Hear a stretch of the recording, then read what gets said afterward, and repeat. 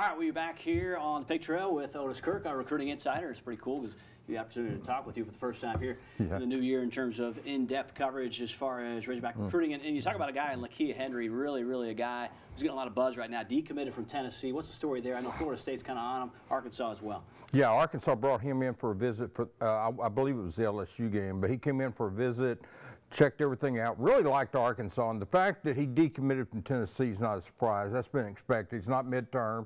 He wasn't a midterm guy. He made that clear when he was here, and so it was known that he was going to look around. But then Florida State came in the middle of December and offered a scholarship, and you've got, it could come down to Arkansas and Florida State, and it may come down to the fact that, he can get into Florida State without some of the SEC requirements on college algebra and stuff, and so it's going to come down. It may come down to that, but I do know that Arkansas is recruiting him extremely hard. Scooter Harris feels really good about him, and that guy's a machine. So when he feels good about somebody, you kind of listen to him. Tyree Jackson, a quarterback for Buffalo, has declared for the NFL draft. This is a guy that Arkansas was interested in. And tell me the story there, because I know you look at it and they're still leaving that door open to get a transfer QB. Yeah, and he was one that they were looking at. And obviously he hadn't visited here, so it would have, I'm not saying that it was a Kelly Bryce situation where Arkansas lost this kid if you could ever lose something you don't have. But no, he was a kid they were very interested in. He fit what Arkansas is looking for, which a lot of the transfer quarterbacks that have announced so far don't fit really what Arkansas is wanting in a dual threat. This kid did, even though he didn't run that much at Buffalo, but he can. And the NFL had advised him to come back to college for another year, but he chose to go out. I think it's a weaker quarterback class, someone's saying, in the NFL draft this year. Jacoby Criswell, a guy from the class of 2020. I know you wrote a story the other day just focusing on the 2020 class and the level of interest from Power 5 schools and some of these guys we'll get to. But let's start with Criswell, and somebody who really is certainly on Arkansas's radar. Yeah, he is a dual threat quarterback. He's a half brother of Dre Greenlaw. Can throw the football. Very strong kid. Got a good arm. Very good runner. He battled some injuries as a junior. He's got Arkansas, Georgia, Ole Miss, Mississippi State, Oklahoma State. Colorado offered the other day. I think that's his last offer.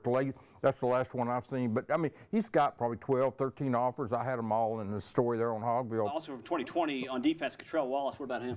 Well, his kid's 6'6", about 215, 220 right now. Kind of one of those guys, you're going to look at him, you're going to say, does he play outside linebacker? Does he play defensive end? It may depend on how much weight he puts on at the next level, but he can run. Arkansas and Arkansas State and Virginia are his 3 offers right now. I really like Arkansas's chances there. Okay, defensive end, and also from 2020, Deshaun Stewart. And again, going back through this, Criswell, Wallace, and Stewart, all with offers from the Hogs, right? Yeah, and Stewart's another kid that can, not as tall as Wallace. He's not that tall. He's about 6'2", 215, 220 right now, and people says that's kind of undersized for a defensive end. Maybe it is, but you got to look at his ability. This kid's he's quarterback's worst nightmare. I mean, he's on them nonstop. He is. He may be a kid that plays more in now that could do the opposite and maybe move back to outside. But coming off that edge, Deshaun Stewart's got a future in SEC football or Power 5 football. He's really good. And like I said, right now, you can ask the kids that played Jonesboro, he's their quarterback's worst nightmare. I mean, he's pass rusher. He can completely disrupt an offense. Probably the best compliment I can give any defensive player, Drew, is he can disrupt an opponent's offense. That makes John Chavis's eyes light up. Oh, yeah. Well, they love that kid. Well, according to sources, they love that kid, and so, well, I mean, they offered him a scholarship. Yeah. And Arkansas State's offered him too, but we'll see what he does. There again, I feel pretty good about Arkansas right now. You're going to see a lot more on Hogville from this man right here, Otis Kirk, our recruiting insider. More on the Big Trail right after this.